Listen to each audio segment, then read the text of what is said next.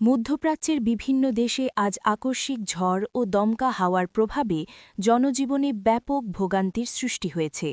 বিশেষ করে সংযুক্ত আরব আমিরাত, সৌদি আরব, কাতার এবং ওমানে ঝড়ের তীব্রতা বেশি লক্ষ্য করা গেছে। আবহাওয়া দপ্তরের তথ্য মতে হঠাৎ করে সৃষ্ট এই ঝড়ের কারণে অনেক এলাকায় বালুঝড়, ধূলিঝড় এবং প্রবল বাতাস বয়ে যায়। ফলে সড়কে চলাচল ব্যাহত হয় এবং দৃষ্টিসীমা কমে যাওয়ায় বেশ কয়েকটি সড়ক দুর্ঘটনার খবর পাওয়া গেছে। দুবাই ও আবুধাবি সহ বিভিন্ন শহরে ঝড়ের কারণে যান চলাচল ধীর গতিতে চলতে দেখা যায়। কিছু এলাকায় বিদ্যুৎ সরবরাহ সাময়িকভাবে বিঘ্নিত হয় এবং নির্মাণ কাজও বন্ধ রাখতে বাধ্য হন সংশ্লিষ্টরা।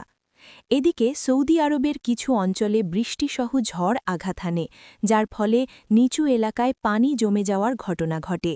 একই সঙ্গে ওমানে উপকূলীয় এলাকায় সতর্কতা জারি করেছে স্থানীয় প্রশাসন।